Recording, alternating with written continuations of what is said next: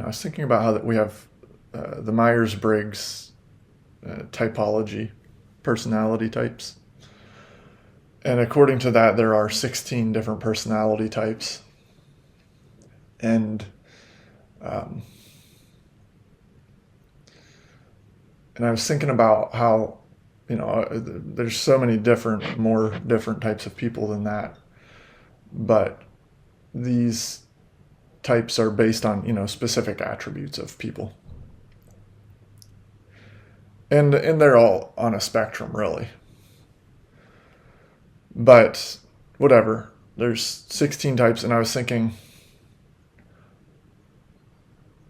there are 16 types. What if we could measure that spectrum divided up by, like, how you have like a ruler that could be 16 centimeters, or it could be like 160 millimeters, or you could divide it up even to even smaller pieces. What if we divided that? What if we found the smallest piece and divided up those 16 types into each smallest possible measurement and measured every person by the smallest possible units? So there'd be like way more types then, right?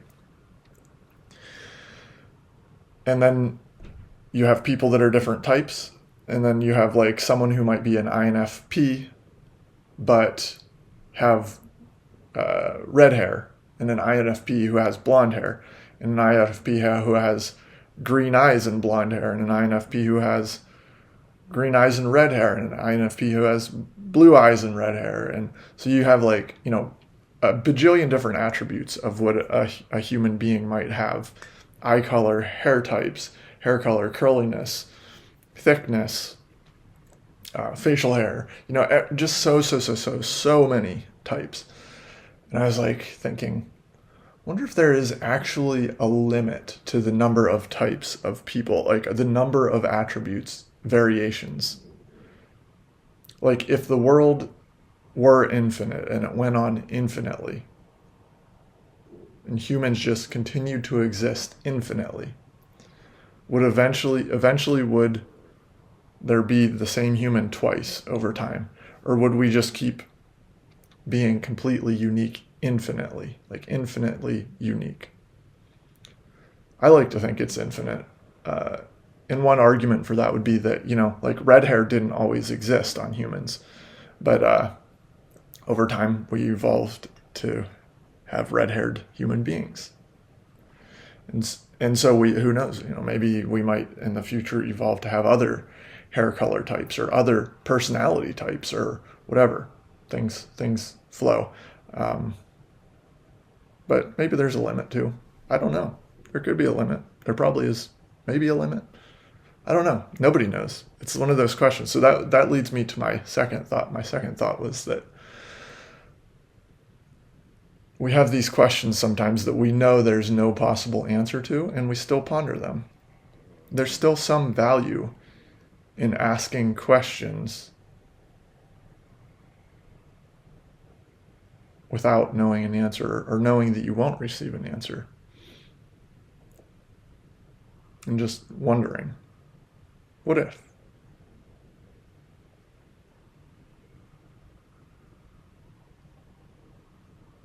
Well, that's my main thought for today. I do have some other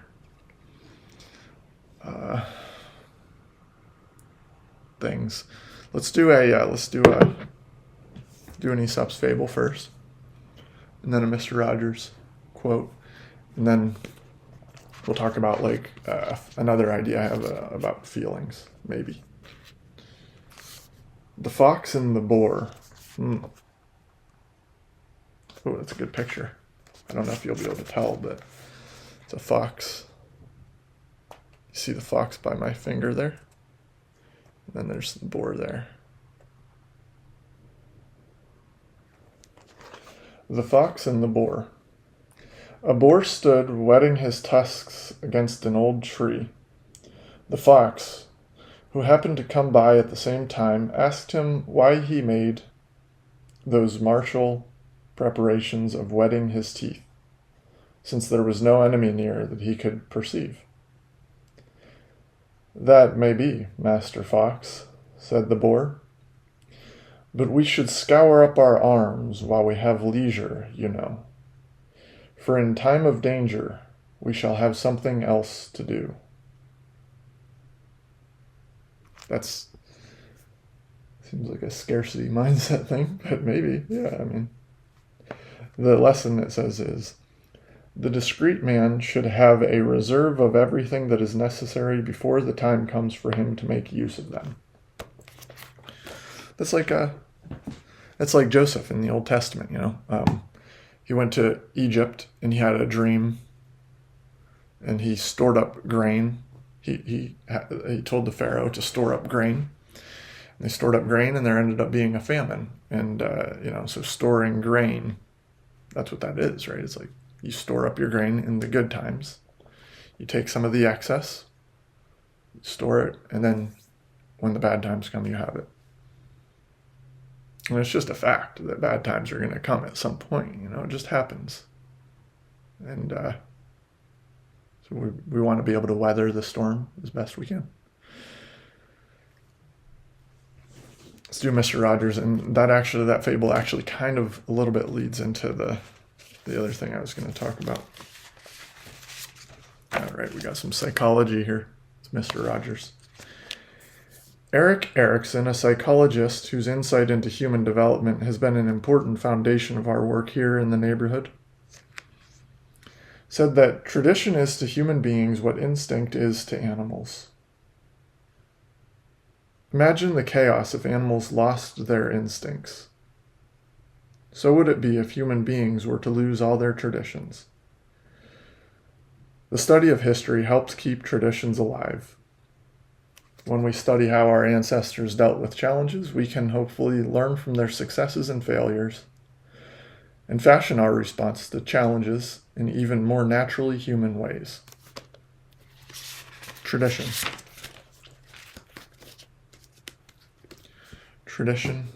So Joseph in the Old Testament was credited with basically developing that tradition of storing food storage in preparation for the future.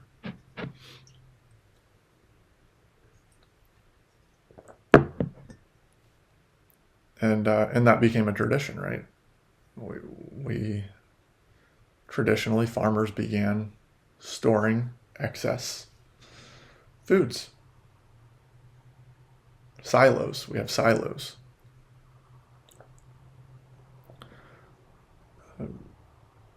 Traditions often have traditions and stories often have kind of information encoded into them. You know, before we became a very scientific, very rationalized culture, a lot of cultures and societies didn't really have great stores of information or great management of information, great systems of information. So they didn't have like nonfiction books. You know, they didn't have books telling them how to farm or telling them how to do certain things. And so all this information instead was encoded in their traditions and in their stories. And for example, maybe an agricultural society would have a tradition the third moon of, or after the fifth full moon of every year. I'm not, who knows, whatever. Let's just say after the fifth full moon of every year, they have a big feast, and then they plant their crops. They didn't have information saying plant your crops on this date. A lot of them didn't even have calendars or access to calendars unless they were higher up or higher on the authority levels or whatever. But so they had these traditions, and those traditions gave them the information. It's not like they were thinking after the fifth moon we plant our crops, that's when it's safe to plant our crops. It was after the fifth moon we do this feast thing, and then we plant our crops. That's just the way it is. And the information was just there, and it was inherited through the traditions. So there's some danger when we lose or get rid of traditions. Around World War II, our culture just cast off Maybe it was the beginning of the night. Maybe it was industrialization. I don't know. But somewhere along the lines, we just cast off massive amounts of tradition. And our culture's changed drastically.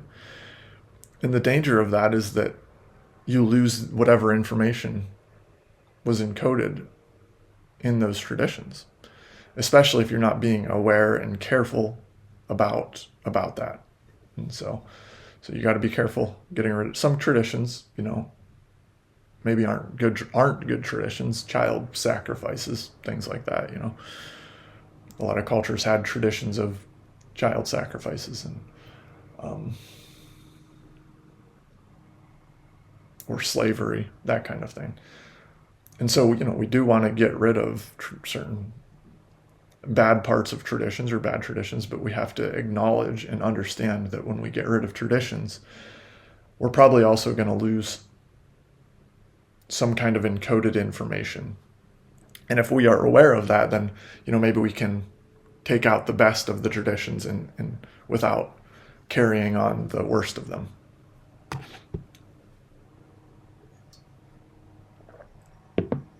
So, but, yeah.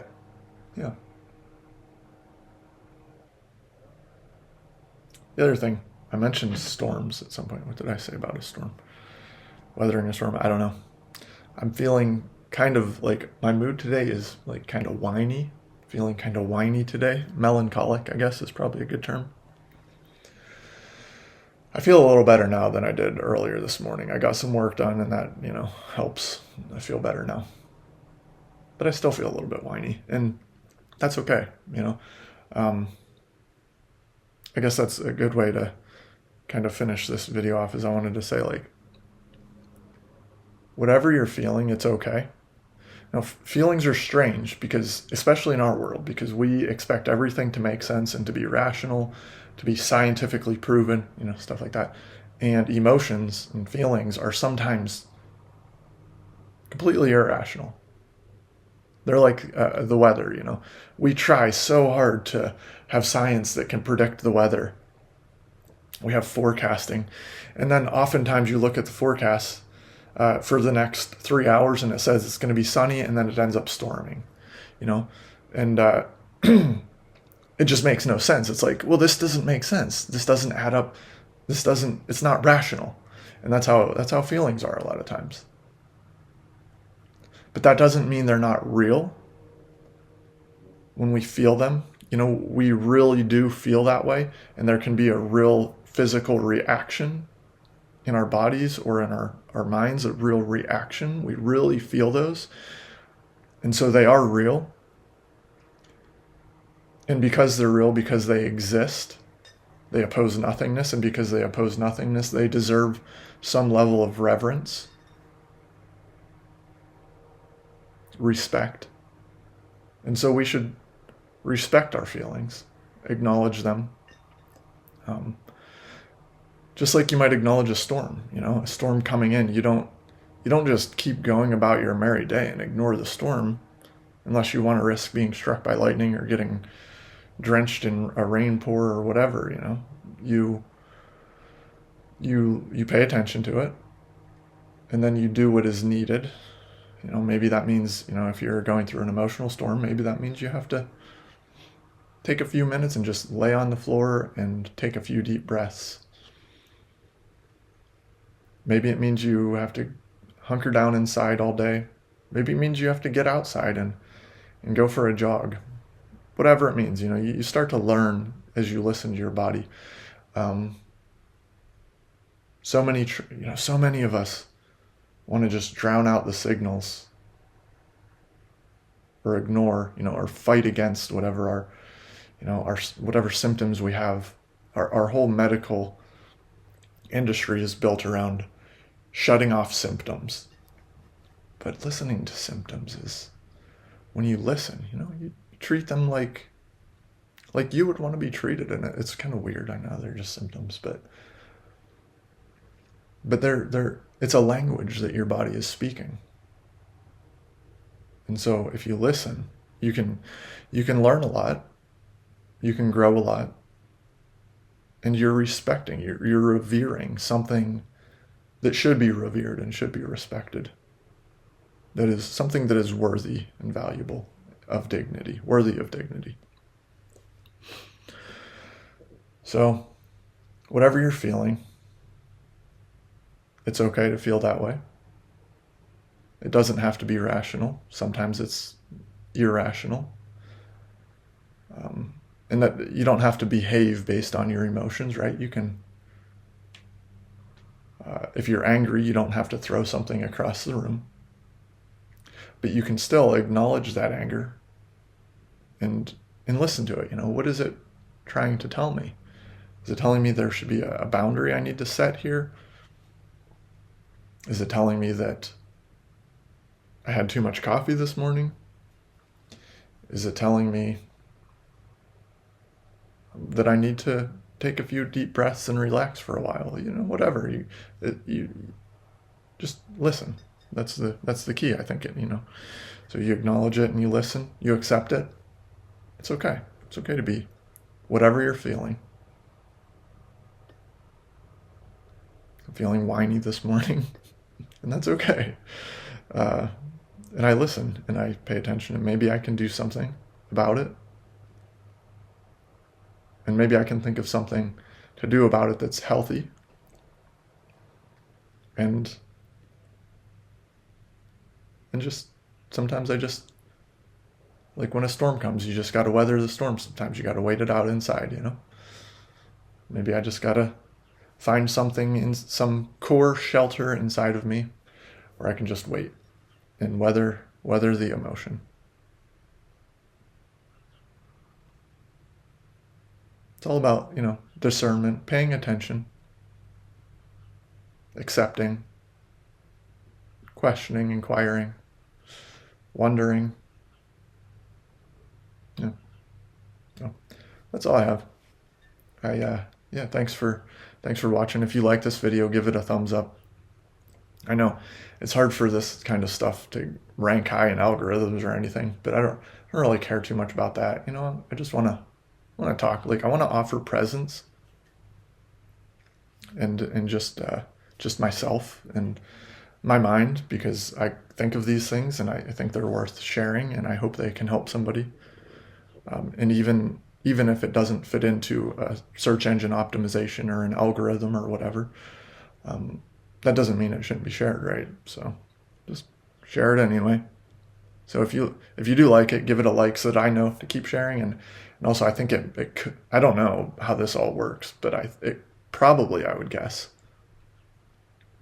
would help other people like you who might find it valuable to find it. Subscribe if you want to see more. I'll keep posting. Thanks for watching. Peace.